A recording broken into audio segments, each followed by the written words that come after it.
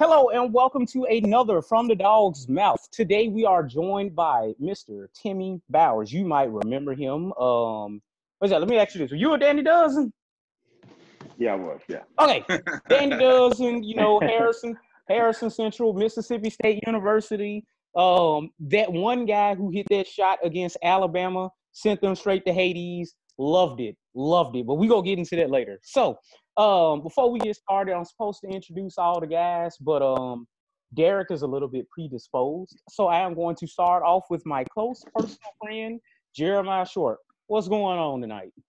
And then, man, it was a historic day in Mississippi. Mississippi State, for one, we got a big time commitment, and then our state actually moved into the 21st century and got rid of that pathetic flag. Oh yeah. You know, I've been doing advocate work about that flag since 2003. I remember back when I was trying to organize a change the flag rally where a lot of the African American students I talked to were very apathetic, and then I had some Caucasian students to leave a Confederate flag on my door. But whatever, you know, I'm not on my Mississippi State is racist tip today. All right, so we're joined by Mr. Timmy Bowers. Came to Mississippi State in, late 90s. Left in 2004. Made a lot of big plays. Leader of the team. You know what I'm saying? So I think he needs no introduction. Okay, I gave y'all the highlights, but Timmy, go ahead and introduce yourself to the people who don't know. Well, I'm Timmy Bowers. Timothy, whatever you want to call me. Originally from Gulfport, Mississippi. Like you said, I came to Mississippi State in the year 2000, finished in 2004. Had a great time up there playing basketball for the team, and met a lot of great people. Created a lot of great relationships that I still hold to heart to this day. So it's good to be here with you guys, man. I see you guys doing a lot of great things. So great to be here. We try, a little bit. All right, so I'm gonna take the first question, Jeremiah. So, what made you come to Mississippi State out of all the schools who recruited you, and who else did recruit you? Like, was it ever kind of in question? Yeah, it was. Going back to my recruiting days, I was kind of a late bloomer as far as getting on the, getting under the eye of the college coaches. As far as, playing AAU and different things like that. But, once my senior year started, I was pretty heavily recruited. And I think I kind of narrowed it down to really my top three schools, which were Mississippi State, University of Alabama, believe it or not, and San Diego State University. I took a visit to San Diego State, which was my first visit because Steve Fisher was the coach, and I don't know if you guys are familiar with Steve Fisher. He was the coach of the Fab Five at the University of Michigan, and he had just taken that job at San Diego State. So, I was actually leaning towards there, but it was kind of too far from home. So I ended up taking another visit to the University of Alabama, and when I went to the University of Alabama, man, it felt good. I mean, Coach Godfrey, made me feel at home. Kind of sold me on being able to play an important role in my first year. He also mentioned that Mo Williams was going to come the next year because Mo was a year behind me. So he was kind of telling us that we were going to be the backcourt. And like I said, believe it or not, man, I actually committed on my visit to Alabama. And I had a visit to Mississippi State the next week. And I called him and I canceled it. And oh, wow. Yeah. And my mom, who, she's always been kind of, the stern one in our family, kind of making sure that, we do the right thing. She just kind of told me, like, you gave me your word that you were going to come. So go ahead and take the visit. If you don't want to go at the end of the day, if you don't want to commit to them, if you don't want to sign, that's fine. But just at least take the visit and see what they have to say. So I ended up going to Starkville the next weekend. I think I missed my first day of the visit, which was supposed to start on the Friday because I had canceled it. They were supposed to fly down and pick me up on the PJ or whatever. So Stansbury and Coach Kirby had to drive down in the truck and pick me and my family up. So we drove back on that Saturday. And man, once I got there, it was just home for me. It was something about it. Derek Zimmerman actually hosted me on my visit. he and Lincoln Smith, and I just kind of felt at home. And I think while I was on the visit, if I'm not mistaken, they announced the Mr. Ball in the state of Mississippi, and I had won it. And so from that point, I was kind of like, well, I'm an in-state guy. I don't know right now if I'm gonna be a professional player or not. So let me try to change up things and go to Mississippi State, and maybe the people, the alumni or whatever, can look out for me after I finish my playing career. And so just with that, like I said, feeling at home, feeling at home with the players, with the coaches and everything like that. It was close enough where my folks can come see me play. That kind of sealed the deal for me. So. All right, Jeremiah, I had messaged you and told you got the next one. Oh, all right. I put my phone on airplane mode. That makes sense. So just talk about just your early career at Mississippi State, kind of those first 3 years. Just like of course, we'll get to the senior year, which was the big year, but talk about your first 3 years. I know you got a chance to, did Mario come in with you? Mario Austin, did he come in with you? Talk about getting a chance to play with him and another player that I guess maybe some state fans like to forget about is Robert Jackson, how good he was. So talk about just getting a chance those first 3 years and getting to play with those two players. Okay, so my freshman year, it was just me and Mario that came in as freshmen. Ontario Harper, who had finished, I think, 2 years prior, but he had went to prep school. He actually came in with us too, and he was kind of considered as a freshman as well, but I think he had already been up there taking classes and stuff. But Mario and I, man, we hit it off from day one. We were roommates in college, our freshman year in the dormitory, and we hit it off from day one.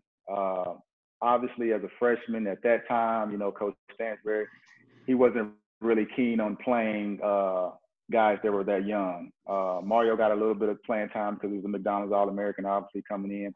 But I didn't play a lot. I played probably 6 or 7 minutes a game my freshman season. And it was frustrating. It was frustrating. It was disappointing because I felt like I had put in the work and deserved to play, but I also understood, the upperclassmen had put in more work than I did, and they had been there, and so it was what it was. And actually, after that season, I was actually thinking about transferring, but again, my mother, who's always trying to tell me the right things to do, and so she just told me really just go in and work hard and give him a reason to kind of not play you. You know what I mean? Give him a reason. If he's going to have a reason, just show him everything you can do. And if he makes the decision to not play you, then you can transfer after that. So between her, talking to Derek Zimmerman, and a person that doesn't really get a lot of credit, Coach Kirby, Coach Robert Kirby, who was kind of like the glue to the team. I mean, he was the one who really kept us together. We kind of consider him like an uncle of some sort when it came to needing things, and just talking to him every day, just putting in the work, that allowed me to stay there. So yeah, my freshman year I was there with Robert Jackson. Obviously, Rob had came off of a great year the year prior. I think it was all SEC player. And for whatever reason, during my freshman year, I guess him and Coach Stans, they kind of bumped heads. And, he ended up transferring to Marquette. But, he was a great guy, great player, and did a lot of things for State while he was there. All right. So now to the 2003-2004 season, like I say, my freshman year. And for whatever reason, of all the things that happened that season, I remember where you did an interview, because that was the season where Lawrence Roberts came in, and you asserted yourself as the leader of the team. And you was like, I'm the leader of the team. And I remember at that moment in time, it seemed like a very bold thing because Lawrence Roberts was the guy. He was the flashy guy, the one that came in from Baylor in the Baylor situation. He was the guy getting the points and the rebounds and stuff like that. And you came in and inserted yourself as the leader of the team. And when I think about great leaders in Mississippi State history, I think about guys like Dale Warren Robinson or Jeffrey Simmons or right now Errol Thompson. And when I think about, say, Dale Warren Robinson, I think of more like the bully from an 80s or 90s sitcom, like Biff from Back to the Future or something like that. So what was that like that year, kind of like asserting yourself as the leader of the team, and because y'all reached a lot of heights. So kind of go into that a bit. Well, first off, shout out to Delwan. That's my guy too. But no, man. I just felt like it was something that needed to be done. At that time, Lawrence had come in, and he was the guy. He was the guy on our team with the accolades. He was the guy on our team with the accolades coming from Baylor, with all of the media hype coming from there. But I thought that I was the guy that had been there the longest and that had the most experience, and that could kind of lead our guys by example, but also, with my words. The guys really kind of bought into what I said, every one of them. So I think it was maybe after the Ole Miss game or something like that I kind of came out and said that. And I wouldn't say I got any flack for it, but it kind of stirred up some waters a little bit. But it didn't matter to me because I was ready to take on that responsibility. I had been there and played behind a great leader in Derek Zimmerman. And so, I just felt like it was my time. I felt like it was my time to assert myself. I felt like it was what the team needed at that moment. And, I think it worked out for the best. Oh, absolutely. I want to backtrack just a little bit, just with, I guess, when y'all found out y'all were getting Lawrence Roberts. I can't remember the exact timing, but I know it was kind of, I don't know if it was over the summer or right before the season or right before the school year was starting. Yeah.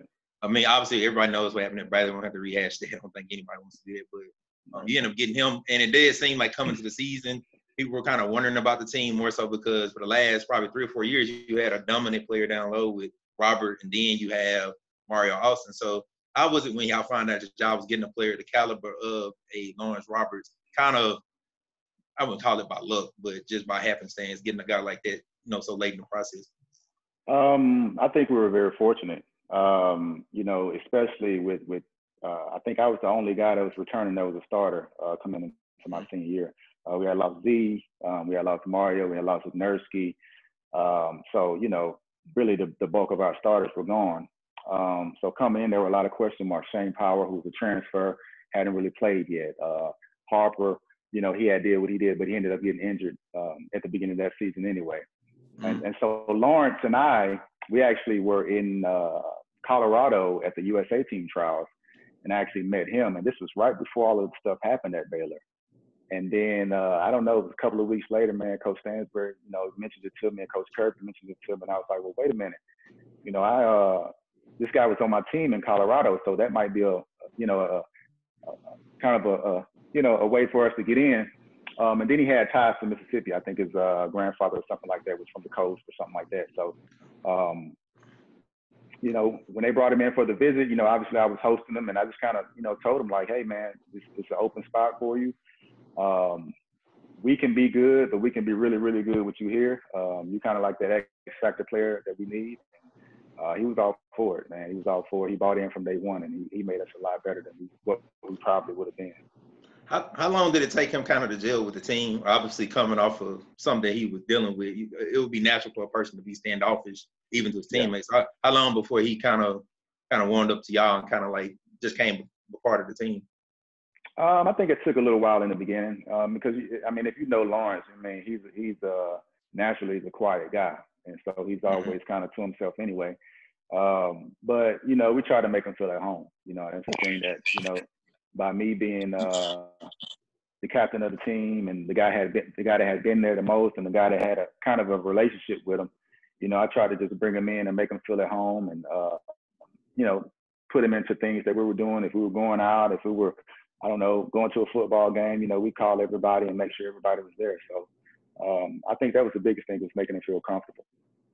I wanted to give a shout out to him too, because he always let me in when I came late to class. When I think we had mass media literacy or something together. He always let me in when I came late. So shout out to him. Yeah, Lon's a good dude, man. Good dude. Yeah. AJ? All right. So the Kentucky game, you were kind of talking to us about that before we started recording. So kind of go through that Kentucky game and just that season in general up to that point. We got to save Bama for last, but kind of take us to that season, because I remember that UAB game was a real tough one also. Yeah. But talk to us about the Kentucky game, the game where we was about to be the number one team in the country, but then we had this tip-in situation, and Right. Like I said, I think both of us going into that game were undefeated, if I'm not mistaken. I think it was a big Tuesday game on ESPN. Dick Vitale was there. There was a lot of hype behind that game. If I can remember, man, we got down early, probably 20, at least 20 in that first half. Probably I would contribute that to, nervous jitters maybe, or just, wanting to overdo it and making some mistakes that we probably wouldn't normally have made. And then we kind of settled down in that second half, made some shots, kind of got on a run. And like I said, man, we got down to that fourth quarter and felt like we had it. I think they made a turnover. Like I was saying, I jumped on the ball, thinking that, I kind of got a timeout situation, which I was trying to call a timeout. And I think Cliff Hawkins, somebody jumped on top of me. Refs could have called a foul, but didn't. But said they didn't see my timeout, and they ended up calling a jump ball. And the possession error was to Kentucky. And so that's when they ended up taking it out on the side right there. I don't know how much time exactly was left, maybe 2 or 3 seconds. They throw it in. Lawrence tips it. I think it hits the backboard and bounces right to Eric Daniels, and he lays it in. So just one of those games, that you kind of look back on and think, was that play really the play that lost you the game, or was it something else earlier in that game? I mean, we had to dig ourselves out of a pretty deep hole. That could have been it. A lot of factors could have factored in, but lost it, and I think we handled it well. We didn't hang our heads. We bounced back and started winning some more games. So, it's part of the game. All right. So, like you say, y'all was doing a good job. You know what I'm saying? Y'all kept winning.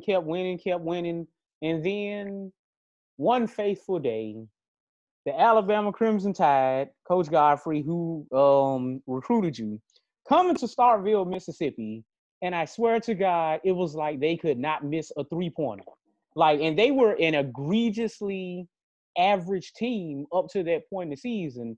And I think St. Joe had just got done losing. I think this was back when they had Jameer Nelson.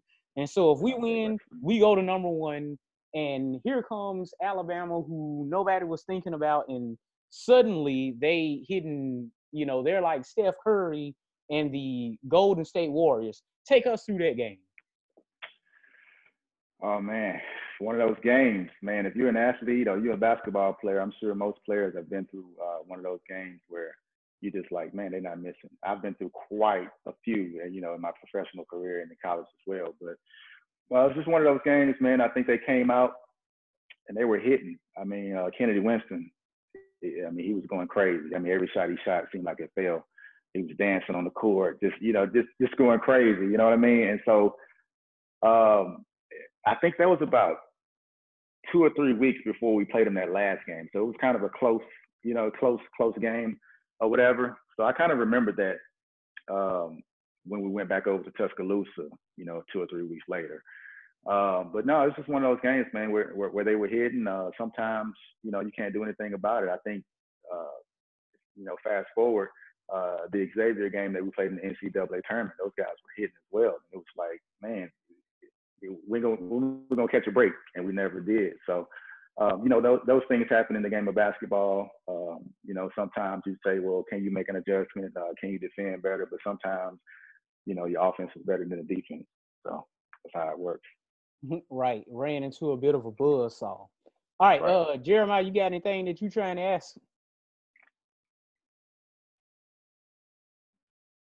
I think you on mute. I can't hear. Yeah, I can't hear. So I guess now we transition to the after Mississippi State life. So no. We're not getting there yet. You missing one, okay? Now I was thinking about the Auburn game. I remember us being at the Auburn game where they cut down the nets and all of that good stuff. But first, one faithful Saturday. I remember this Saturday because freshman year, Fred Mama came and Fred Mama offered to take us out to eat, but I didn't go. I stayed in Crestwell down in the lobby, and I watched Mississippi State versus Alabama. And I swear to God, toward the end of the game, we was down by like almost 20 points or something like that. And I'm like, That's right. these ninjas then went over there to Alabama and embarrassed us again. Because like at this point, Kennedy Winston and whoever the Shelton dude was, like Shelton. Yeah, I I could know see them Shelton. in my nightmares. And I was like, why can these dudes not miss anything? I'm like, Jesus Christ. So we get to the end of the game, and everybody already knows, I know what happened, but starting at that faithful Shelton free throw kind of take us through your thinking. With the free throw, I've gotten this question 10,000 times over the last 15 or 16 years. Was it intentional? Was it, a vet savvy play? And to be honest with you, it really wasn't. As he was at the free throw line, I don't know how the camera angle was showing it on the video, but I had already had my hands kind of up to the ref, telling him to hold on and let me get in the lane so I could block out. The ref saw me, but he proceeded to give Shelton the ball anyway.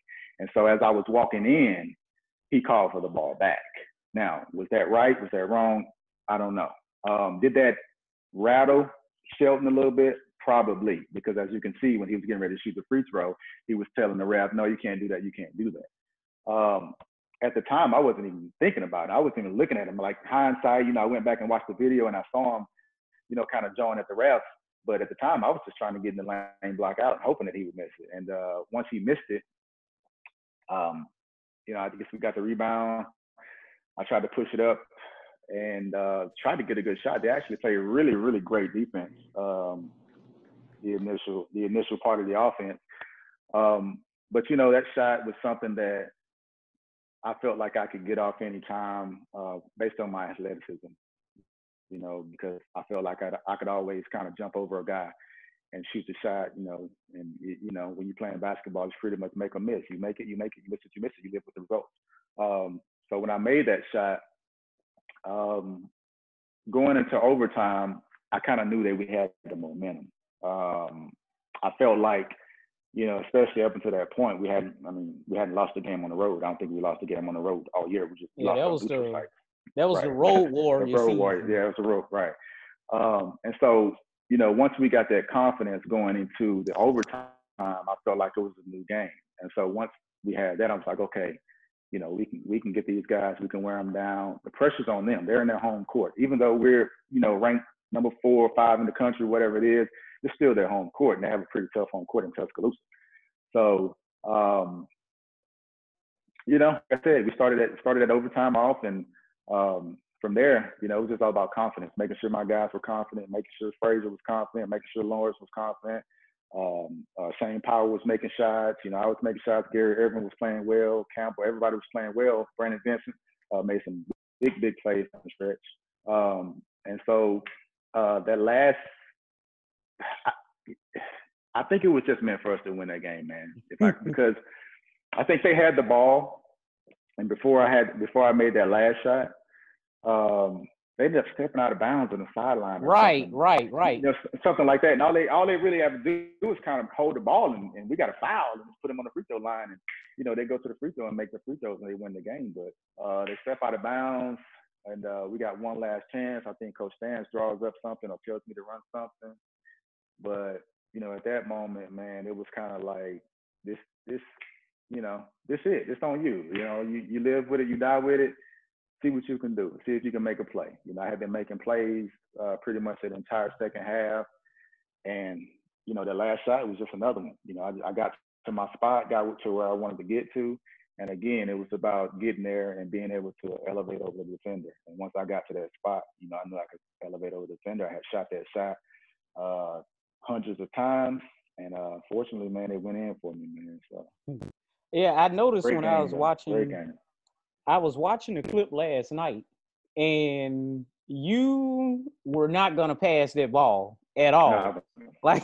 Like everybody else is over there signaling for the ball, and they're he's gonna get the ball to Lawrence Robertson. I well before Kawhi Leonard, it was like you had the Kawhi Leonard laugh going on. They thought you were passing that ball. Yeah, Great victory, absolutely great victory. But okay, so y'all win the SEC, go to the tournament, lose to Vanderbilt, and then we got the Xavier situation. Like you say, y'all they couldn't miss, you know. So kind of what did you think about the way that the season ended, kind of considering that, you know, people were talking about y'all making like a Final Four run, possibly winning the championship? To be honest with you, and we, you know, all of the teams that I played on at Mississippi State, man, we had great teams and chances to do a lot. You know, my sophomore year, we lost to Texas in Texas in the NCAA tournament, TJ Ford and those guys. My junior year, we lose to Butler on the buzzer beater. I mean, so, you know, those games. In my senior year, I'll probably say it was more bittersweet because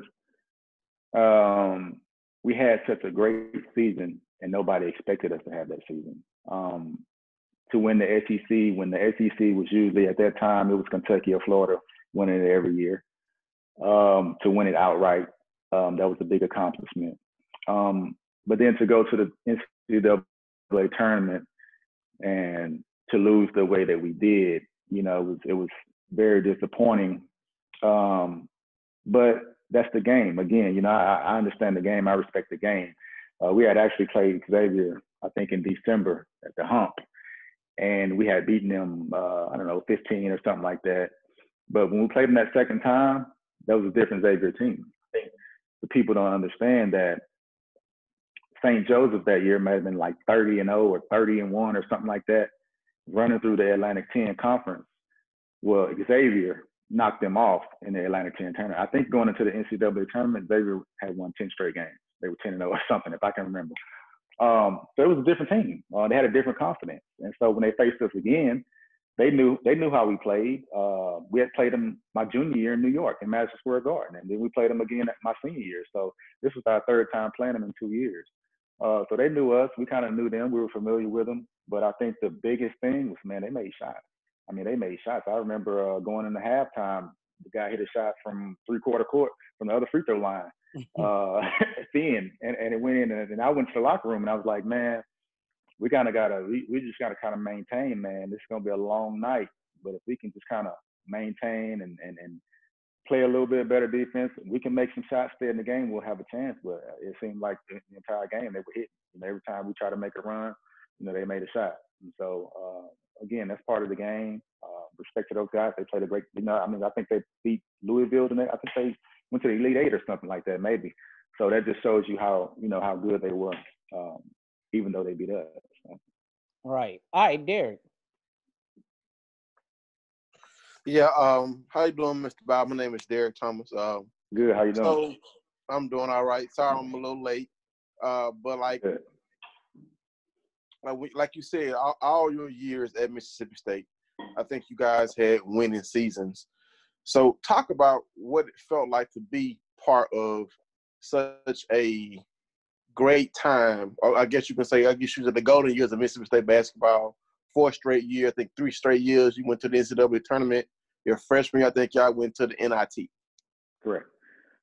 You know, I feel good about it, man. You know, Z Mario, Brandon Vincent, Lincoln Smith, Ontario Harper, all these guys are my best friends to this day. We talk all the time. And, you know, one thing we always talk about is the way we kind of changed the culture and kind of made it Mississippi State.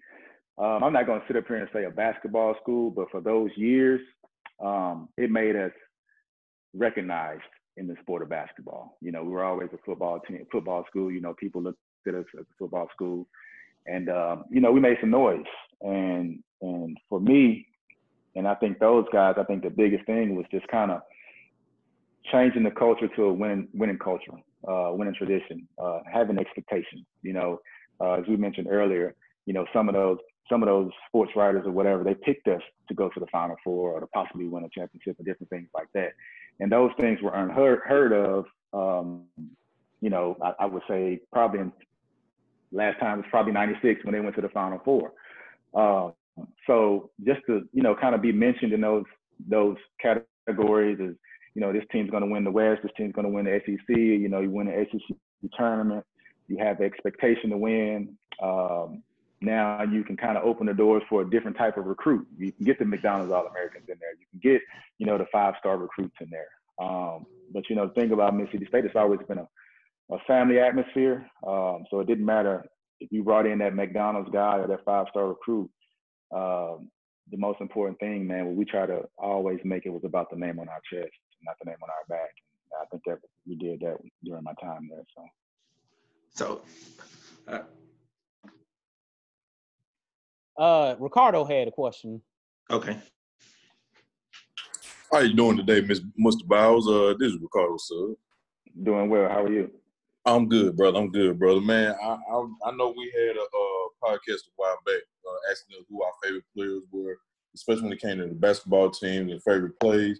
And Arthur and Jeremiah touched on, you just don't understand how I feel watching that because, like Arthur said, that Alabama game in Starford that time, that was just deflating, man, because I was like, no, this can't be the team that they're supposed to be.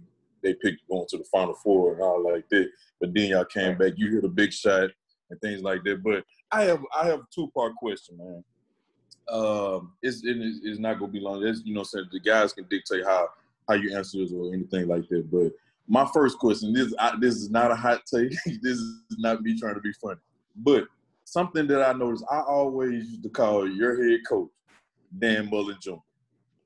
because he had all the talent there and never got you all over him. Because I felt like that season there, he, especially when it came to certain games, he kind of was kind of questionable when it came to that because that was just me being, from watching the game and things like that. And my second question was the time during your time there, you all had potential to get 2 potential where they went to the end up going to the NBA straight from high school. That's Jonathan Bender and Monte Ellis. Do you feel like if those guys would have came to Mississippi State, would have got you all over the hump and got you all into the Final Four, possibly end up winning the national championship? All right. Okay. First question.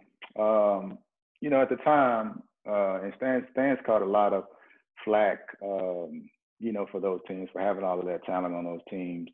And, a lot of people say, he wasn't able to adjust. He wasn't able to do this. He wasn't able to do that.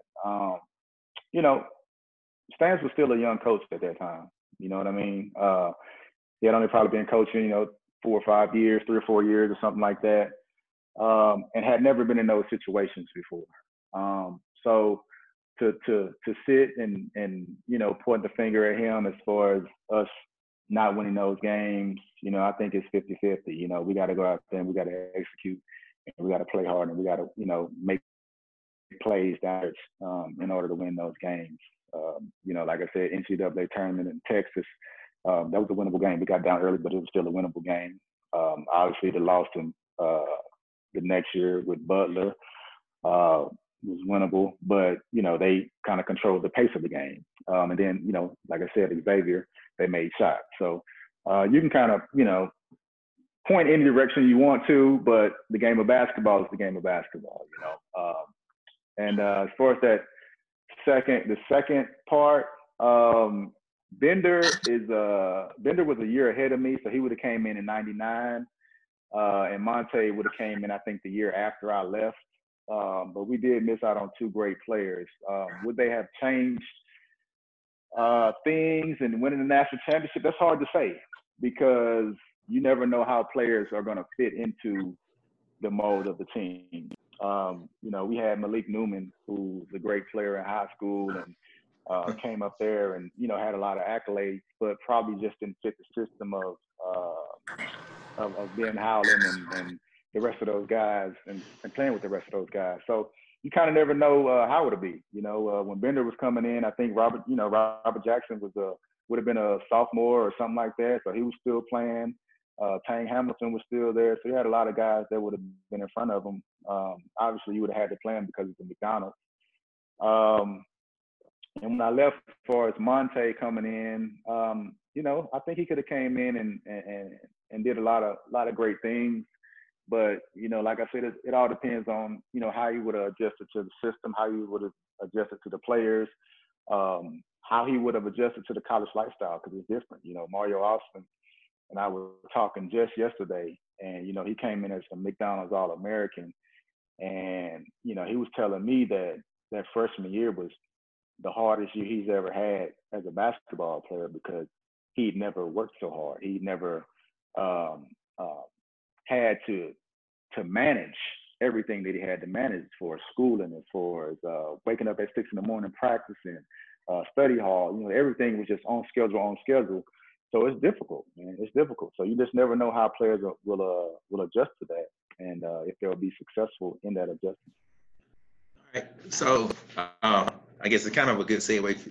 What I kind of want to touch on at some point.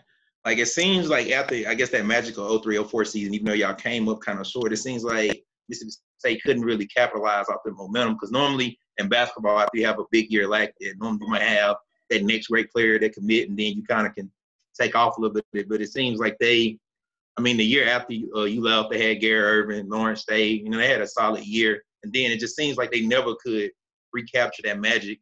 We had some hope in 2011-12, but it didn't really happen. So what do you think kind of happened that kind of prevented them from, like, I guess, I don't know, like, I guess building off of that? Man, I don't know, really. It could be a multitude of things. I know a lot of, let me see, probably 2 or 3 years after I left, you know, a lot of guys were transferring in and out. I mean, between the depth that came in, I think Osby, that went to Oklahoma State or something. It was a lot. It was a lot of guys that transferred in and out. So, you know, you kind of lose guys that were part of the puzzle, I guess you'd say. You know, basketball teams, you put the team together like a puzzle. They got to fit. Everybody has to fit. So that could have been it. And, you know, it could have been a lot of factors. You know, but I always say this, and I jokingly say it, but Mississippi State, I hate to say it, we've never won a national championship in anything. We're close the last couple years. So we were definitely close. But I wonder sometimes, like, where do the expectations of that come from? You know what I mean? So sometimes I feel like we were just in the right place that we were supposed to be. You know what I mean? Because everybody picked us to be the bottom of the barrel every year. I mean, it's the state of Mississippi, man. We just getting our flag changed. You know what I mean? It's so much going on there. But, you know, we've always been the bottom of the barrel. So once you start to get a little taste of success, obviously you want more, but is that more to the level of national championship, or is it, man, we winning SEC championships here. We winning SEC tournament. The football team was ranked #1 in the nation with Dak Prescott. And you know, so, I mean, you understand what I'm saying? So that's an accomplishment in itself. And I'm not saying settle for that, but what I'm saying is you have to take the necessary steps to get to a Kentucky or a Duke or North Carolina or those universities. And that takes time, man. It takes time building culture, building players, building everything. You know what I mean? So I ask you this question then, like, it's something I've kind of thought about. I don't know how true it is, whether it's basketball, football. It seems like guys that sometimes be from other states, and this guys from Mississippi sometimes had a dog in them, but it seems like sometimes guys from Mississippi sometimes almost, I want to say it's the word, is too humble, but it may not have that, like, I don't know what you would call it, but like that. So I know as a player on the girls team that I think is a really good player, Rakia Jackson. It seems like she got that's something that you want out of those elite basketball players or out of an elite athlete like that. You can't really even describe it, like that killer that you call like a Kobe. So do you think that has maybe contributed to why Mississippi State can't get over the hump when it comes to we're been the bridesmaid but never, you know, the bride? That could be it. I think that's a factor. I think you always have to play with. I mean, you always have to try to get players in that kind of have a chip on their shoulder. And you know, a lot of those players that have a chip on their shoulder probably aren't going to be. And there's nothing against those 5-star guys or those McDonald's guys or anything like that. A lot of players with a chip on their shoulders, man, are going to be a 3-star, 4-star recruits, 2-star maybe, and you're going to have to develop those guys. But as you're developing them, they're going to want it so much. You know, and I think back to myself, you know, coming in, I was Mr. Basketball in the state of Mississippi, and I was getting recruited and different things like that. But after not playing my freshman year, I wanted it so much, I was going to run through the wall to try to get it. You know what I mean? And so if you get players like that every single year that are going to compete, not just with the players to play, but compete with themselves to get better and make sure that they're becoming the best player that they can be, then you kind of have that domino effect of, okay, I got this guy, but if he fouls out or whatever, I got another guy backing him up that's just the same, got the same dog in him that's gonna come out here and might give me something different technically, but mentally he has that same dog in him. I think of Kawhi Leonard when I think of what you're saying with like a guy that wasn't rated too high. I mean, obviously somebody got it wrong there. Yeah, a lot of people. Derek, you had something? Derek? Well, I was going to add, since he brought up kind of like the legacy type of situation. I mean, like now, our women's basketball program is like through the roof, but the men, we're kind of stagnant. So, like, what has been, have you been watching? Have you been paying attention to, I guess you can say, the struggles of our men's team? Yeah, I've been keeping in contact with him. Obviously with Z on the staff the last 2 years. I've been keeping up with him. Even when Rick Ray was there, I've gone up and talked to the guys a little bit when he was there. But I think we hit a point like right when Stansbury left. Like I said, a lot of players were transferring in and out, and then Coach Ray came in and kind of had to clean it up a little bit. I'm not going to sit here and say that he did or didn't get a fair shot, but it's hard to change the culture, change the organization of a team when you have to completely start things over. You have to get your bad apples out, or weed everybody out, or whatever, and then you have to bring your guys and put them in place into your system. And then by this time, it's your 4th year in coaching, and then you losing some games here and there, and now everybody wants you out. So I think he did a good job as far as coming in and kind of instilling that discipline, kind of like how Kroom did when he came in. I was there when Kroom was there, and just kind of set the tone discipline-wise. And then once he did that, obviously he was out, and they brought Ben Howland in, and Ben Howland's a great coach. I've been around him quite a bit last summer. He's a great coach, and it just takes time to change culture. Like I said, you want to get your guys in, and you want them to buy into your system, but you also have to learn your players and kind of restructure your system around the type of players that you have. So that's going to change every year. So what you want to try to do is try to get some consistency with it. This year, I thought they were on the right track, and unfortunately, the season ended. But I thought they had a really good season this year. Next year, hopefully, but a lot of guys left. So again, you back at square one. Kind of starting it over again. But hopefully, we can get things back on track. I think Coach Vic Schaefer with the women's team, I think he came in. He did a great job as far as laying down his foundation, as far as how he wanted them to play. He stuck with his guns. He got players to believe in him. He got the new recruits to believe in him. And I think that's what, when they started taking those steps, I think it was Sweet 16 one year, and, Final Four, national championship. And so that's how you build it. He built a great culture there. And so now, new coach, McCray, she's going to come in, and she kind of, it's really on her now. I think she's a great coach as well. But, she got all the tools in the box right now to really go out there and win a national championship, in my opinion. So. All right. So kind of speaking of like the culture of the team and time since you left, I kind of wanted to, it's kind of was an odd time to kind of fit it in, but I just want like alumni's reaction. Like as a former player, I know as fans how we think about situations, but I want to see like how a former player thinks about when they see something foolish happen with the team. So I think it was 2010, the incident happened with Elgin Bailey and Bernardo Sidney. We won't have to get into the whole incident itself and why and all that good stuff. But what is your reaction when you see some foolishness? I don't know if you were overseas at the moment, had your season already started. So what did you think when you saw that pop up on the Sports Center screen? Obviously, you're embarrassed for your school, for your team, because that kind of becomes what your school is known for, especially at that time, for at least 2 or 3 years.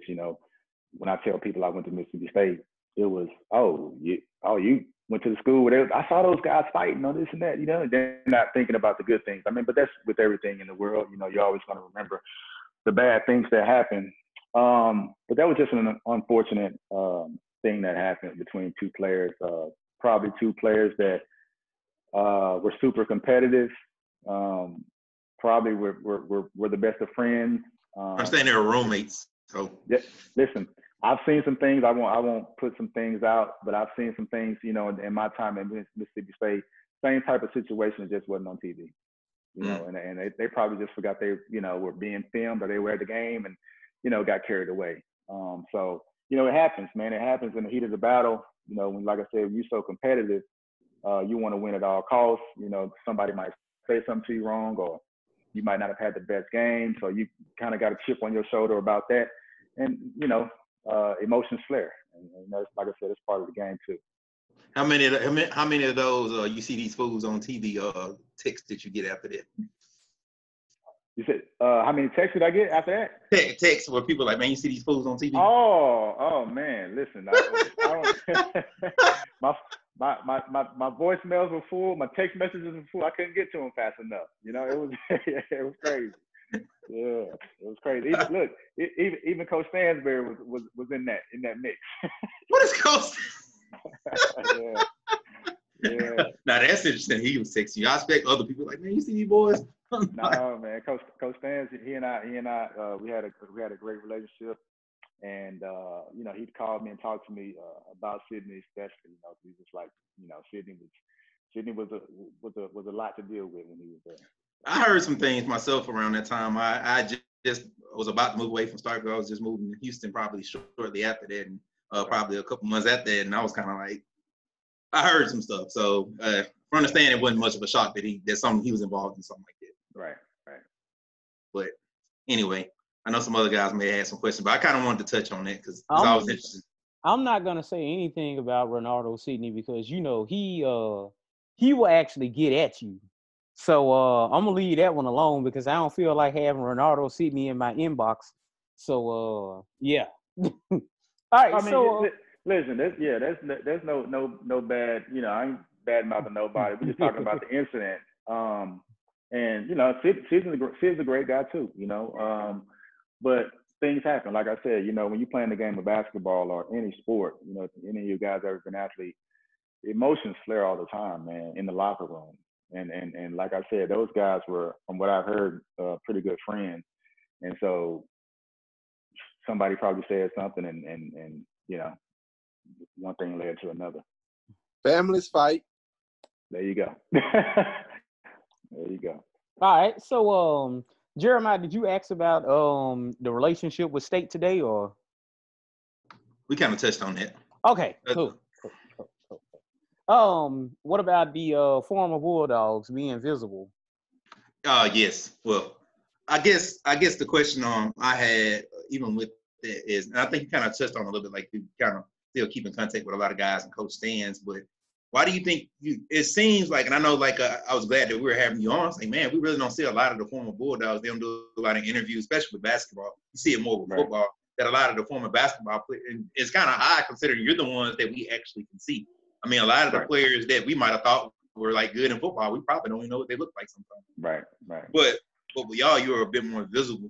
So, like, why do you think we don't see more of those former players like being visible out front? Like, I don't know necessarily recruiting, but you just don't see them like involved as much with the program as probably should be. I think a lot of it had to do with once they had the first coaching change when Coach Stans left. You're comfortable around the people that you're comfortable around, right? When Stans was there, we'd come back during the summertime and work out with the guys and different things like that. But once he left, it took us a little while to kind of get involved with Coach Ray because we didn't know him. He didn't know us. He just kind of knew what he heard. Maybe see some murals or something on the walls, and But at the end of the day, he reached out to all of us and invited us all back. So we came up and spent a lot of time with the guys, talked to the coaches. Same thing with Coach Holland. We do the same thing. But then a lot of the guys as well, they played professionally. So a lot of us went overseas and during the season, we're gone during the season, so we don't come back for basketball games. And then when we do come back, it's 2 or 3 months during the summer where nobody's really on campus. And nobody's doing anything. The school's there around that time. So I think that's been it for the most part. But believe me, everybody that I talked to, Jamont Gordon, Mario, Z, obviously, Brandon comes up quite a bit for football games and different things like that. Everybody wants to get back, man. Like, from the guys that I talked to. All right. So you kind of brought up the fact that, a lot of guys playing overseas, including yourself, and you've had a pretty long career in front of stand. You kind of finally decided to, I guess, give it up after, so many. 16 years, 16 years, yeah. I mean, and a lot of times guys don't play as long overseas just sometimes because culture is different language, or miss home, whatever. So what, allowed you to be able to stay that long? Did you just like it being able to play overseas, or was it just making sure build up that nest egg, whatever? I think the biggest thing for me was the reason that I was able to sustain was, for one, my work ethic. I've always been a person to challenge myself to be the best that I could be, make sure that I was in shape, and make sure that I was leaving a positive impression on, whatever team that I was on in case I wanted to go back. So I was always try to set it up to the point where I could go back. Okay, I might be talking about retiring, because I was talking about retiring when I was 10 years in, and I'm 6 years later now. But always kind of making sure that I had good rapport with the teams, with the coaches, with the players, working hard, and just being able to adjust, because it's like you said, it's tough to live over there. I've seen guys come from the NBA and didn't last a month. Because of the language barrier, because of the food, because of the practices are different. I mean, you're practicing every day, twice a day. The situations with the team might not be stable. I mean, sometimes you might not have a car. Sometimes your apartment might be small. I mean, it's just a lot of different nuances that you have to go through while you're over there. And if you can't adjust to it and kind of figure out those loopholes of how to survive, then it's not for you. So it's very different. It's very, very different. But like I said, I've been able to do it 16 years, and I've been fortunate. I've been one of the fortunate ones to be able to do it this long. Knock on wood, God willing, God, thanks to God, no injuries, no real major injuries. I've had some here and there, but it's been fun. It's been really fun. I've enjoyed it. I've met a lot of people, created a lot of relationships. And like I said, I'm trying to make this past one my last one, but I'm still in shape. I can still do it. So, we'll see. But I'm 95%. I'm done. I'm done. All right. So let's kind of back it up a little bit. Of course, 4 years of college basketball. Every goal of every basketball player in college, as far as someone with a successful career as you, is to get to the NBA. So talk about that draft process, and then, going undrafted. And then, of course, Jeremiah brought up your overseas, and talk about your other attempts to get into the NBA. And since you did say that some players coming from the NBA don't make it overseas, do you feel like those attempts to get to the NBA kind of made you realize that overseas was better for you? Because I have a good friend of mine named Darius Rice, also from Jackson, Mississippi, that kind of was overlooked like you were to the NBA. Yeah. The NBA process, obviously it's a strenuous process. You're going through mentally strenuous, physically, when you come out of college. And when I was coming out, I thought I had a really, really good shot at making it to the league. I was on pretty much everybody's draft board, either to go somewhere early in the second round or late in the second round, what have you. I went through, I don't know how many workouts I did, individual workouts. I did well in those. I went to Portsmouth camp. I did well in that. I was invited to Chicago pre-draft camp where I did really well and tested. I think I was in the top 3 as far as the agility and athletic testing or whatever it was. And then the draft came around, and I didn't get drafted. And at that point, I was kind of like, well, what's going on? put in all this work. You know, I've done what I needed to do in college. I've showed you what I could do on the camp scene and the individual workout scene. And then I didn't get drafted. So obviously, you know, I was super down about that. And then afterwards, immediately I get a call from the Los Angeles Lakers who want to bring me in for summer league.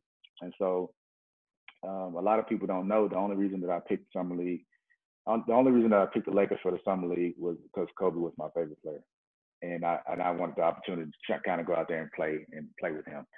So I ended up going out there, needless to say, and I had a pretty decent summer league. You know, it was hit or miss because we had about 16 or 17 guys on the summer league roster, and it's, you know, summer league is, man, it's like dog eat dog. Everybody's out there for themselves, so it's not a lot of, you know, team ball going on. But I played well.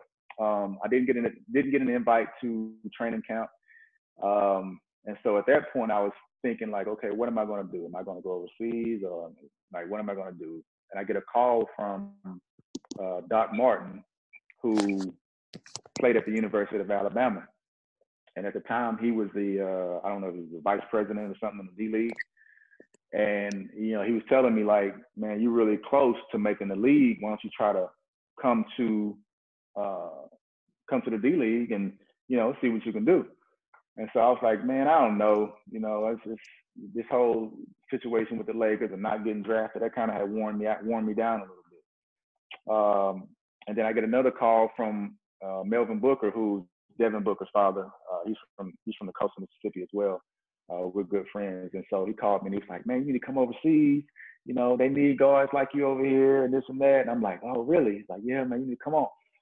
And so I just kind of prayed about it, man. I sat down and talked to my mom again about it, and talked to Z a little bit because Z was in the D League at that time. And I said, well, I'm going to give it a try. And so I ended up going to the D League, and I ended up putting my name in the pool, in the draft pool, and ended up getting drafted to the D League. And played that whole season in the D League. My first year out of college, played that whole season in the D League. Ended up actually winning the championship in the D League against Derek Zimmerman's team. We played each other in the finals, and we ended up winning the championship. So after that season, I'm like, okay, they've seen what I can do now. They've seen me play. They've seen me play the one, because obviously leading up to my senior year, I had never played the point guard full time. So there was some question marks about that. And I moved into the role full time my senior year, and then after that, so I play the D League, and you know, my D League coach calls me after the season, and he's like, "Man, I just got a call from 10 NBA teams, and he said 8 talking about you." And I was like, "What? Me?" He's like, "Really? Okay, cool. Let's do this." And she said, "Phoenix Suns, they really love you. Like the Phoenix Suns, they like your athleticism, they love your ability to shoot it, and they love the pace that you play at." So I was like, okay, cool. My agent calls me. He's like, yeah, Phoenix calling me every day, twice a day. They want you to come. And so I was like, I guess I'm going to Phoenix. So I commit to Phoenix for the summer league. Now, summer league is in Vegas. It didn't start until July or something like that. Well, prior to summer league, they had this league called the WBA. It was like a minor league, but it was during the summer. And so we had one in my city in Gulfport, in Biloxi, where I'm from. So they wanted me to play for that. And I was like, well, I can go down there and play and just stay in shape. You know, I can work on my game, work on, you know, a pick and roll and different things like that. Richard Williams, who coached the 96 Mississippi State team, was the head coach of this team. So he called me personally. It's like, man, look, I want you to play, come down. It'd be great. So I came, played for them, had a great season. With them, it was only about a month and a half that I played with them. And I was in great shape going into Phoenix. So I went to Phoenix, and we did a little mini camp in Phoenix. Then we flew to Vegas, and I get to Vegas, and prior to going to Phoenix, my agent tells me, listen, the only player you have to beat out is Leandro Barbosa. Now, y'all familiar with Barbosa? But listen, wait. We know who Barbosa is. But wait. This was before Barbosa became Barbosa. This was I think he had only been in the league a year. They were talking about cutting him. That's why he played summer league with us that year. And so he was like, listen, go there, beat him out. So my focus was, I'm at him. Like I'm at him. And let me tell you, we would be in practice they wouldn't even let us play against each other because I was at them so bad. Like it was my focal point. Like I'm about to do this. You out of here. But when we got to Vegas, it didn't matter. Barbosa played 37 minutes a game. No, excuse me. Game's 48 minutes. He played probably 43 minutes a game. All the plays ran for him, everything. I barely played. So at that point, I said, oh, wait a minute. It's political. Yeah. This not for me. This not for me. I'm the type of guy where, listen, if I do the work better than you, hey, I need to play before you. That's how, at that time, that's how I thought. I know it doesn't work like that now, but at that time, hey man, I'm better than this guy. It's kind of similar to when we had Del One on, I think about 2 months ago. He talked about how he was in Houston and he was going against Amobi Okoye, and he ended up playing for like 3 or 4 games, doing really well because they made him like the nickel detail or something like that and started him for 3 games. And then they said they came to him and said that Okoye wanted his spot back or something like that. It was kind of like one of them deals. It works like that in sports, man. And so once I realized it wasn't for me, after that, I was like, okay, I'm gonna try overseas. And so I went to Israel my first year, and I had it on my mind when I went to Israel, man. I had it on my mind. Like I left here, Katrina had just hit. My family was displaced. It was this crazy situation. My home on the coast, my mom's home, it was messed up. And so I was like, man, I'm gonna go up there and rip it. I'm gonna be the MVP of the league. And so I went there, and I did end up winning MVP. But I tell you a situation that happened there too, an NBA situation. I was playing a game, and I probably had like 37. I had a triple double with 37, so like 37, 12 rebounds, and 10 assists or something like that. And Washington Wizards a scout from the Washington Wizards was at the game, and he came up to me after the game and he said, "Man, I love what I saw out there." He said, "We're in search for a combo guard right now, and I think I just found him." And I was like, "Who?" And he was like, "You." And I was like, "Really?" And it's like, "Yeah, I think I found him." He's like, "We got such and such at that spot right now, but I'm sure you can beat him out." It was Donnell Taylor from UAB, University of Alabama, Birmingham, one of the twins. And so he was like, "I'm sure you can beat him out." I was like, "Okay, cool." So I told him, I said, "Well, listen, the only way that I'm going to come is if y'all guarantee me some money. Y'all guarantee, I know how the league work now. At this point, I'm 2 or 3 years out of college, so I understand the business of it a little bit. Guarantee me some money." He's like, "Okay, I'm gonna see what we can do." So he go check it. They couldn't guarantee me no money. They ended up signing Roger Mason Jr. that year. Well, Roger Mason Jr. was playing in Israel on Mario Austin's team that year, and every time I played against him, every time I played against him, and that's and that's no disrespect to him because he could play, but it just shows you like, okay, he had already kind of had some ties in the league. He had played in the league for 2 or 3 years before he went to Israel. All right, boom, he's a name. Let me plug him back in. Well, with me, y'all didn't want to give me the opportunity to give me no guarantee. By you giving me guarantee, that lets me know that you're serious about me signing on your team. Because I had just been a body with the Lakers. I had just been a body with the Phoenix Suns. I don't want to be a body. I want to get out there and show that I can play. If you give me some guaranteed money, that means you got to play me because you don't want to waste your investment. You know what I mean? So you're going to give me a fair shake. You know what I mean? So that's kind of how it happened. And then from that, man, I just was like, I'm going to do the overseas thing. I ended up getting married, ended up having a family, and I was just like, okay, I got to take care of my family. So what about like that I don't know how I guess the seasons work overseas. Do they normally run concurrently with the NBA, or is it like they kind of stagger off or anything like that? The actual season kind of runs concurrent, but we're over there a whole lot longer. Like usually you'll report in August, and you'll do 2 months of training camp. The actual season doesn't start probably until end of October, beginning of November, kind of like the league. And we'll probably end, let's say if you go to the finals, you might be done June 15th, 20th, or something like that. So usually they count it like a 9 or 10 month season.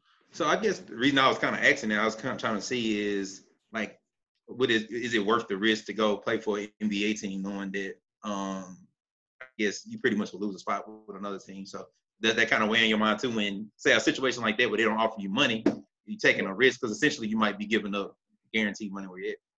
Yeah, no, it's definitely it's always a risk when you're talking about those contracts, and you'll see a lot of players that turn down training camp invites to NBA teams or I don't know, non-guaranteed contracts with NBA teams in order to go overseas and make that money, that guaranteed money. We call it guaranteed, but I mean, like I told you before, man, it's cutthroat over there. So yeah, you might sign a deal for $1 million, and you might get it, you might not. It just depends on what team you're on, what organization you're on. I mean, it really depends. But for the most part, you're gonna get your money. Mm-hmm. But sometimes the situations can be shaky.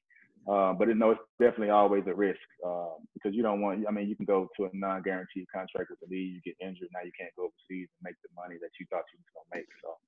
Yeah, I've heard teams overseas. I know my cousin played overseas ball for like a year or two, and he told me they will cut you quick.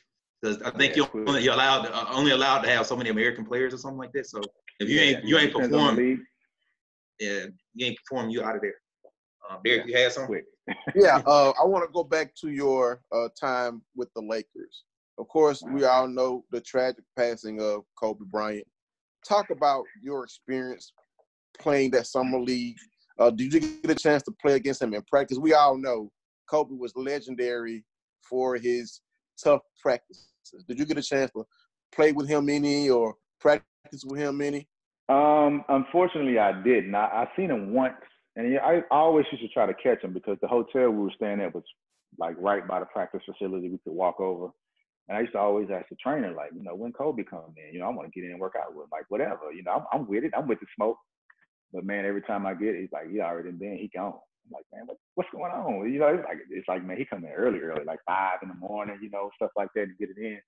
But I seen him leaving the facility one time. I think the guys that were on the team at that time that played were Luke Walton played with us, Brian Cook, I don't know if you remember him, shooter, and Kareem Rush. Those were the guys that were on the team that actually played with us, and Vujicic as well, Sasha Vujicic. So, no, the experience, man, the experience itself was great. That was a time when, actually, that was the season that they broke the Lakers up.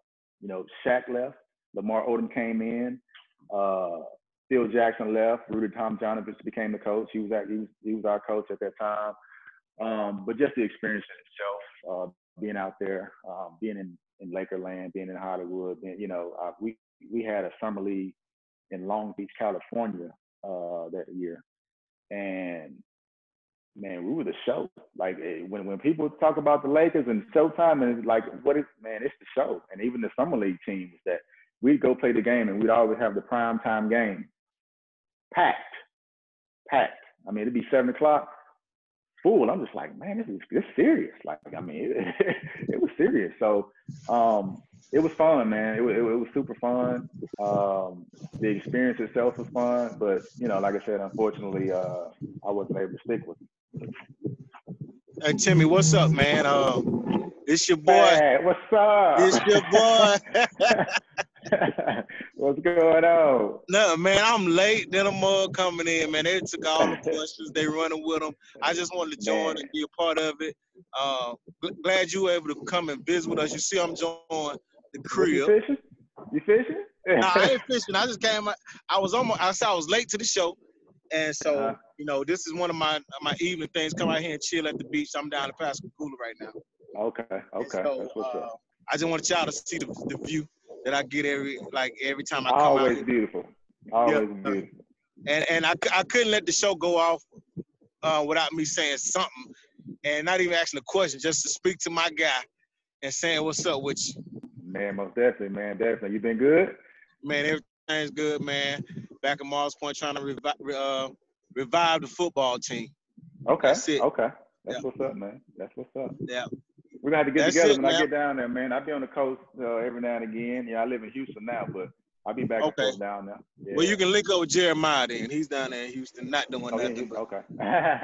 He's teaching, writing books, and chilling. So you can link up with him. Definitely, we definitely gonna link up. Well, like I said, that's all I wanted, man. I just want to jump in and say, hey, I'm in here. Make sure you and your fans and follow, subscribe to our page, man, our podcast. Gotcha, man. Gotcha. I got you for sure. All right, bro. Hey, y'all take over the interview. Get back to it, AJ. All right, so Ricardo say you got a question. What you got? One last question. I want to ask, like you named all the teams where you went to, when y'all went to the tournament. I got this one question. Like, out of all those times y'all went to the tournament, out of all those losses, which one really just like stung the worst? Oh man, the worst.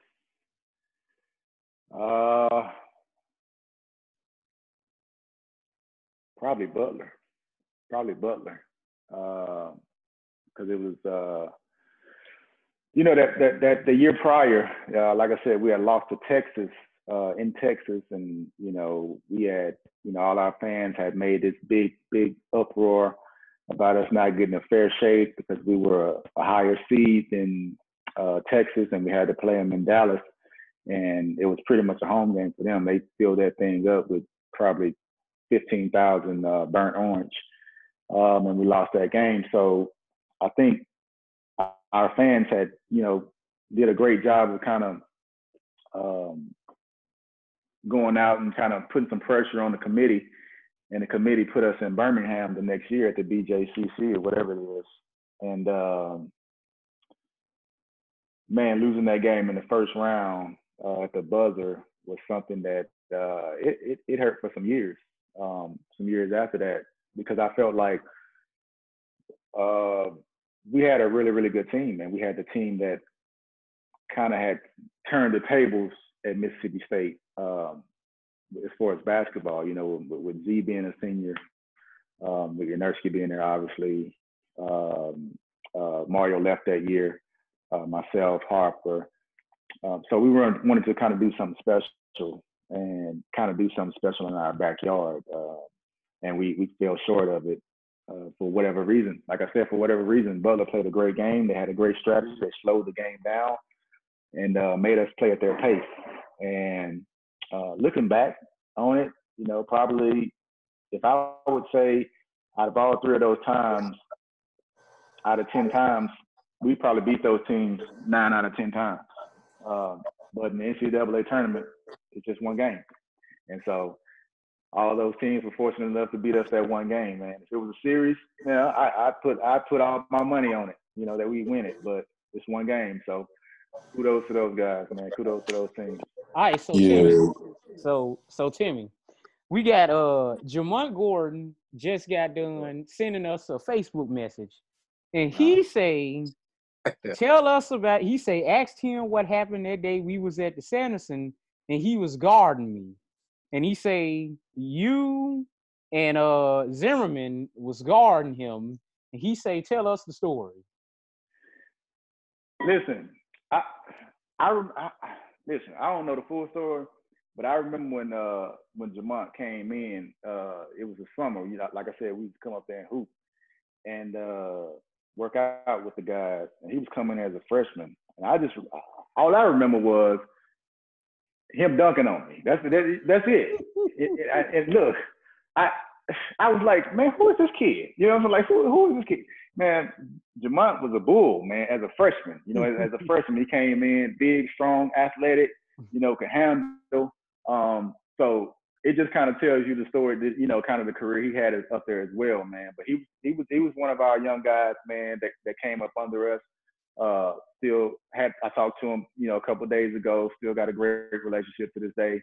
But yeah, man, I don't know where Z was, but I know I was the one that got dunked on because I was trying to block it. Cause, I was like, man, who is this freshman in here coming in here thinking, he put me in the hole. And so, I don't know about that. Jamont was about 230, and I've been dunked on in Sanderson too, so I'm right there with you. Jamont got burned as a freshman, didn't he? Yeah, Jamont started. Yeah, he started because he was going to play anyway. He was going to probably start anyway, but he got thrust into the role of the point guard, which probably was his best position But at the time, you know, he probably was getting brought in as a wing player, but Gary Irvin ended up transferring to Arkansas. So that Yeah, I remember that. After he lost us the Duke game. To Duke. Oh. they had a whole Facebook group called, I think the name of it was Gary Irvin Lost Us the Duke game. They say he was really. Yeah, they was like he was running up and down the court like he was running from the police or something like that. And he ain't turned the ball over that many times, but that's my guy. That's my guy too, man. That was my young fella when he was a freshman when I was there my senior year. Did y'all ever show him like it's random. Did y'all ever show him old Mighty Ducks clips from the movie Mighty Ducks? It reminded me so much of the one kid from Mighty Ducks. You know, the one that didn't know how to stop, the one that was really fast, but he didn't know how to stop.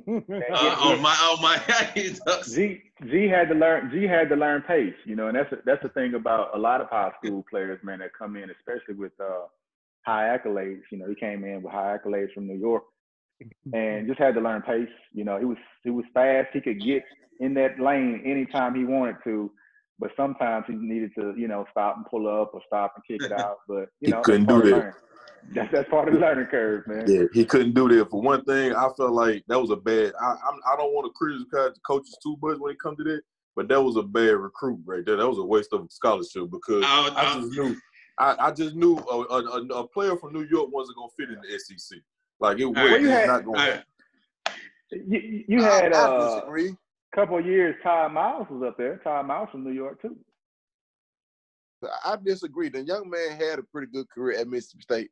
And he didn't do too bad when he went to Arkansas either. So I mean, he was alright. My cousin was up there. He was alright. But oddly enough, Gary Irvin, a player we had recently, reminded me a lot of Gary Irvin. I'm trying to think of that point guard's name. Jamal Peters. Not Jamal Peters. What am I talking about? Lamar. Lamar Peters. Lamar, yeah, he reminded me a lot of him, like, because he had that speed. I think he a guy probably didn't get the credit he deserved. I remember going to watch him play his freshman year. I was like, man, that's a pro. It hadn't worked out that way for him yet, but I think he got the ability to. Peters get busy, man. Peters get busy. He's talented. We used to always say that too. Like, you know, he reminds you of Gary. Kind of erratic a little bit early on.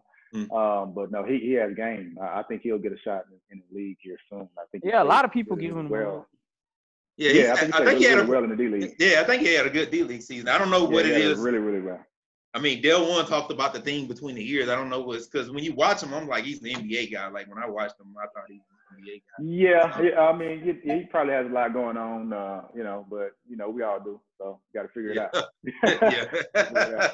So for the record, Jamont said that y'all was guarding that you and Zimmerman were guarding him at the Sanderson and he couldn't get the ball past half court.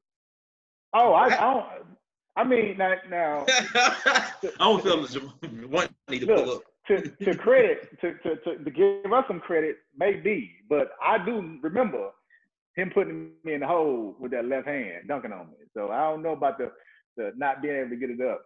But you know, me and Z, we thrived on defense. I mean, we were athletic. We both were really athletic, and we thrived on trying to take the other players out of the game. So if he was coming in, you know, that might have happened once or twice, but the thing that I remember about DeMont when he was young was him dunking on me. So, all right. So we done talked about your, recruitment to Mississippi State, your time at Mississippi State, overseas. So we wanted to ask you about the Bowers, the basketball group that you have, and also, what's next for Timmy Bowers? Well, like I say, right now I'm in the process of transitioning back to the United States full time, and my basketball group is a group I started about 5 years ago, and basically what it is it's a developmental group. What I do is try to develop kids basketball games, instilling the fundamentals that I see a lot are missing these days. Even you watch the guys that go from college to the NBA, it's a big gap between that best player and, that other player. And so I think the thing is that they're lacking fundamentals. And so what I wanted to do was come home and try to just instill those fundamentals in them, making sure that they're ready for each level, whether that's making their junior high team, making their high school team, varsity, getting a college scholarship, whatever the case may be, as well as instilling values, because a lot of times people forget that what sport teaches us and the things that you learn through sport kind of coincide with everyday life. So you're learning things like accountability, responsibility, work ethic, integrity, different things like that go hand in hand. And so we do all of that. Right now, I have a couple of people that, work with me with it while I'm gone overseas. But that's the thing that I'm trying to transition into full time. And I do it, here in Houston. Obviously, I've been in Houston about 7 years now.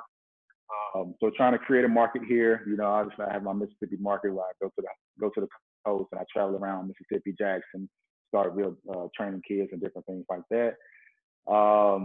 And like I said, for me, man, that's pretty much what I want to transition into. I got a book that I've been writing. It's not the biography or autobiography yet, but I have that in the works too. But it's another little type of book, kind of like a devotional, so to speak, but basketball related. So you get a quote, like a basketball quote every day, and then I give you a story behind it, stuff like that. So hopefully I can get done with that at year's end, so it can be a good stocking stuffer for everybody. Still working on it, kind of putting the finishing touches up on it. You can come market it on the show. Mm-hmm. I love to. I would say maybe we need to link up. Cause it sounds like because what I do, I guess I have a second book coming out, Reflections. I kind of do something similar, and also as a teacher, I guess that's something I kind of look for as far because I'm thinking about putting together a mentorship program myself. So that might be something. That might be something we can link up on. Because but it sounds like what are you working with more middle school age kids? Man, I start at 7 and I go all the way until pros. You know what I mean? I go to pros too, because I feel like a lot of the kids that are going into college and professional ranks, they need to hear what I got to say. You know what I'm saying? I got a lot of game that, a lot of people not gonna give them, because people gonna try to, when you're going to college, man, a lot of the times these colleges, man, they're gonna use you for what they use you for, and then you're out of there. You know what I mean? And so they don't understand that. You go play overseas or you go to the league or whatever, man, you always expendable, And so they need to understand that aspect of sport as well. Like, okay, you're going to school, man, make sure you got these things, your ducks in a row, so you can do what you need to do outside of basketball or outside of football or outside of whatever it is you're doing. So, like the mentor thing, I act as that too. As I'm doing these developmental workouts and different things like that, one of my biggest things is that I tell them, listen, if you need anything, call me. Now, if you got trouble at home, man, call me, reach out. Hey, we can talk. Hey, we don't have to work out today. We can go fishing. We can, do anything to get your mind off of what's going on and kind of get you back on the right path as far as what you're supposed to be doing. So, I think that's a big part of my my purpose here, I love that, man. Like I said, definitely, maybe I guess after the show, I can get some particulars. We can find them. Yeah. All right, cool. All right, so I'm gonna go around the horn, ask any of the guys if they have any final questions for Mr. Timmy Bowers, the savior of the 2003-2004 season. Like I say, I will forever be in his debt, because forget Kennedy Winston, okay? Oh, that name. Oh man. Yeah. We just gonna say that you made him miss those free throws. That's gonna be our story. We're gonna stick to it, man. I roll with it. What we not gonna talk about though is what happened when we had to go back to Alabama the next season with Walter Sharpman. Lord. That's my guy too, man. Walter Sharp. Shout out to Walter Sharp, man. That was Coach Stansberry decided he would go insert him into the starting lineup against a ranked team, and we ended up losing that game by like 50 or something like that. Oh yeah. Let me tell you something. Point guard on that team, Alabama, was Ronald Steele. That's one of my good friends. We played together overseas for a year, and that's one of my good friends to this day. And he always talked about that game. He said, man, every time we used to play Mississippi State, man, they used to run the same play and they used to beat us. He said, but I remember one time, man, my freshman year, they came to Tuscaloosa, man, we beat them by 50. I said, what? 50? I said, man, y'all did not beat them by 50. He said, man, we beat them by 50. I will never forget that game because that was the year where I went home. I went home for a semester, and that game was played on the day that I went home. And I remember telling everybody, like, yeah, man, they're going to take a straitjacket to make me miss that game. And then after they went up by like 50 points at the end of the first half, I was like, hell, they're going to take a straitjacket to make me keep watching it. It was bad. So let me go around to, I'm going to start off with Derek Thomas. All right, so we know you're retired. You hung up your shoes. You're now helping young men learn basketball skills and also life skills. But do you think that you might ever get that itch to coach? Because someone with, like you said, you have a lot of knowledge and advice to pass on. Do you feel like you might want to coach basketball at any level? Yeah. I think I could see myself doing that. And I feel like I'm doing it in a sense now. You know, I'm just doing it individually, one-on-one. But actually, a couple of years ago, Z and I had an AAU team out here in Houston that we coached a group of young kids. And so, yeah, I think that'll be something that I'll look into. But right now, I think, like I said, my purpose is to kind of mentor and be there for these kids individually. But definitely coaching probably somewhere in my near future. All right. Ricardo, you got anything that you want to ask before we let this fine gentleman go? I'm trying to think of something. If you can't think of anything to me, you probably ain't got nothing. Yeah, no. I wanted to ask him about. You say you're located in Houston, Texas. Yeah, Houston, Texas. Okay, yeah, I'm down here. With me and Jeremiah both down here. I've been down here probably about just probably as long as you have. I think you've been out here a little bit longer than I have, but that's something that I wanted to get into, like on my downtime, like when I'm not working, is something get into, helping kids. I did that a little bit when I was in Dallas. Like, how long had you been doing that? Because I didn't catch that part. Like, how long you doing that program, and what do you go about? Saying who do you need to talk to about getting in the program, becoming like a quote unquote big brother or something like that? Well, I've been doing my particular program probably about as an organization, I would say probably about 5 years. But I was doing it before I actually made it an entity. So probably about 10 years that I've been doing it now. And as far as people that I had some people in my hometown. Mahmoud Abdul Rauf, he was a big guy that I looked up to when I was coming up from Gulfport, formerly Chris Jackson. And just kind of really guys overseas, that I talked to, former teammates. Obviously John Lucas out here is really the big fish as far as player development and workouts and different things like that. So trying to get connected with him, different coaches. So really everybody, man, everybody's, anybody that can kind of give me some information on how to, I'm willing to take it. You know what I mean? So it's just all about continuing to learn, continuing to try to influence and inspire these kids. And I feel like I'm going in the right direction. All right, Jeremiah.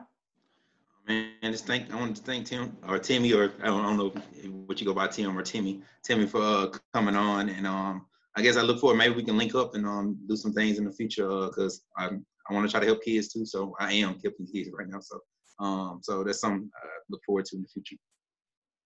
Appreciate it. Definitely gonna link up and put something together. Like I said, you're doing that mentor thing. Obviously, we're in a crazy time right now with the coronavirus and everything else that's going on. I mean, everything that's going on, really, we're in a crazy time. But hopefully, man, things can clear up and we can kind of get to, I guess we'll say, the new normal. I guess you say whatever that's going to be. Now, I don't know where you're located in Houston, but I know like districts like HISD and Spring ISD and some of those districts like that. Like, I think they really need, black males, just that kind of like that influence. So that might be a good place kind of to target, because I think they kind of need that. So where you located at? What part of Houston? I'm in Northwest Houston. Okay, yeah, I'm on the east side. Okay, I'm in Katy. I'm not here no Which, I don't know what it is. San Antonio, a I guess. whole they call nother it out here. world, yeah. Yeah, that's kind of like I guess that's pretty close to Cyprus. It's kind of I guess it's still technically somewhat northwest Houston though. It's kind of more Right. other tail end of it though. But yeah, Right. that's not too far. It's about 30 minutes away from where I'm at. So Yeah, I mean, I jump on 10, and I'm 30 minutes, and I'm in the city. So. yeah. Yeah, Us so I Houston people. mean, that's cool. I mean, I guess I feel like I'd be remiss if I didn't do this. So, what do you feel about us getting that new state? Well, them paving the way for us getting a new state flag today. Man, I think it's long overdue. I think, you know, as I alluded to earlier, Mississippi's pretty much known for being last in everything and the worst in everything. And so I think it's overdue. I think when you have a state flag, you want it to bring the people together. You want it to be about uniting, you know, the front. And everything that the flag stood for was divisive. You know, if you look at the history of it, it was divisive. So I think today was a big day for Mississippi. So, you know, a big day to say that you're from Mississippi, and hopefully we can get some other things done in that state as well to propel us to the forefront of being one of the better states. Because you know, I tell people all the time, you know, I love Mississippi. We got a love-hate relationship. You know what I mean? I love it because I'm from there, and everything that it's allowed me to do and it's given to me. But you know, I hate it because of the way that things are there. You know, things are still there. With you know, we see everything with the social injustices and everything going on right now. Mm-hmm. And people from Mississippi, you know, we can really understand it. Like it's been going on, and it's been swept under the rug for a long, long time in the state of Mississippi, and you know, obviously some other southern states. But hopefully things can get better, man. You know, this is a start for us, and hopefully this can kind of light the fire, and you know, it kind of catch from here. All right.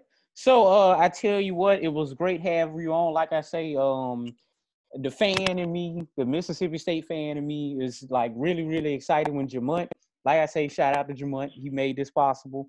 When Jamont was like, yeah, man, you know, Timmy say, you know, to hit him up. And I was like, wow, you know, I'm really about to have Timmy Bowers on here. So yeah, we appreciate you coming through here. And I guess that this is the end of the episode or whatnot. So and this is why we call it From the Dog's Mouth, because we get to directly from the Bulldogs. Inside So joke. normally I would say praise the Lord and go Dogs, but since Vic Schaefer has abandoned us, I would just say, hey, bye.